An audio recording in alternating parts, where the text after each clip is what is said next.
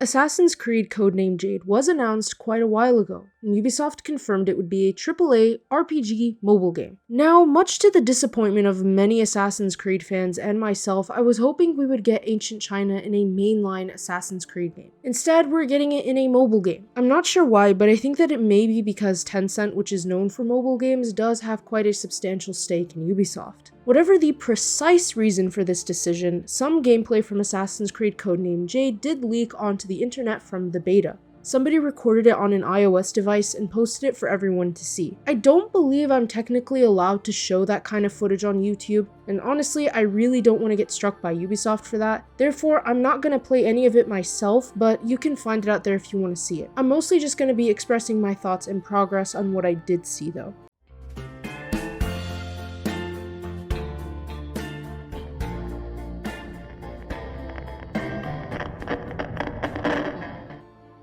Honestly, first impressions, it doesn't look too bad. In the leaked footage, you'll be able to see that after the startup menu, it prompts you to choose to customize your character. So this was known when Jade information was being detailed earlier this year that it would include customization for characters. Basically, it looks like you're just going to choose between male and female and then modify the appearance. So this is similar and different in comparison to the other Assassin's Creed games we've seen as of late. Valhalla does let you pick your gender, but throughout the game you could modify the appearance. Jade basically just seems to let you do that from the beginning, however. I actually think that it's not a terrible idea to have in the standard base Assassin's Creed games. I mean, if they're gonna go for the RPG thing and they're not gonna change that model, then they might as well just give us the chance to customize our character. We've seen some level of customization in terms of outfits over the past few games, so I mean, may as well at this point. Personally, I'm thinking that Assassin's Creed Red, which is the RPG that's supposed to be set in feudal Japan, will likely port this character customization as well. The reason I say this is, since Red is coming later, Jade already has beta gameplay and it has this mechanic. Just seems like they're probably gonna add this to Assassin's Creed Red too. For a mobile game, the graphics are actually quite impressive. Honestly,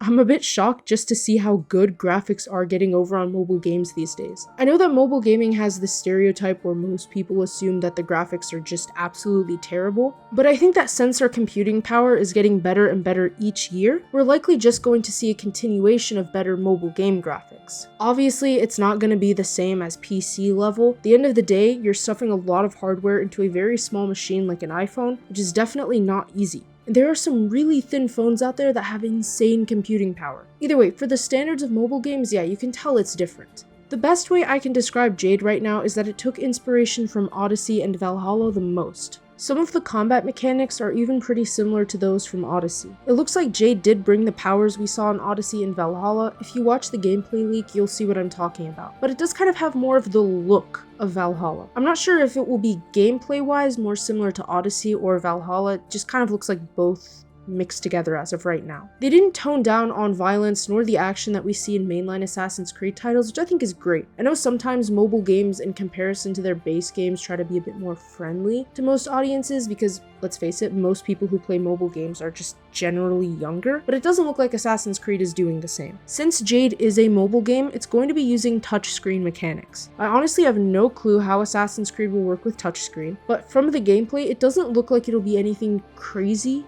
to learn or too difficult. Personally, I'm hoping the game will let you connect a controller and just use that. I don't play much mobile stuff. If I do, it's like Subway Surfers or whatever while I'm on the train. But if I am playing a mobile game seriously like Assassin's Creed, I'd hope connecting a controller is an option. It would suck if it wasn't. This wouldn't be the first time Assassin's Creed has touched mobile gaming before. Back in 2014, there was Assassin's Creed Identity, which was a mobile exclusive title. In 2021, the game was basically removed from any online storefront, so you literally can't buy it anymore. I guess if you already have it, it's playable, but yeah, it's gone for good. Honestly though, I remember hearing that it wasn't really that good and people didn't really seem to like it much. It was considered average or bland by most game reviewers, and it was just not really memorable, it looks like. Either way, with the way our mechanics and computing power is today, I think that Jade should be a step up from Identity for sure. I personally think for Jade to succeed, it really needs to push the boundaries on mobile gaming. Assassin's Creed, I would say, has a fan base that's very dedicated to it. I would say I'm a pretty dedicated fan myself. I own a lot of Assassin's Creed stuff aside from the games, and Assassin's Creed inspired a lot of my writing style as well. Plus, Assassin's Creed got me into video games in general, so I always find myself going back to it whenever I'm bored of other games. For me personally, I really hope they do well with Jade. I especially think that they need to up their game with Assassin's Creed Codename Jade, because the Qin Dynasty and ancient China is a pretty great location for a mainline game, and to put it in a mobile game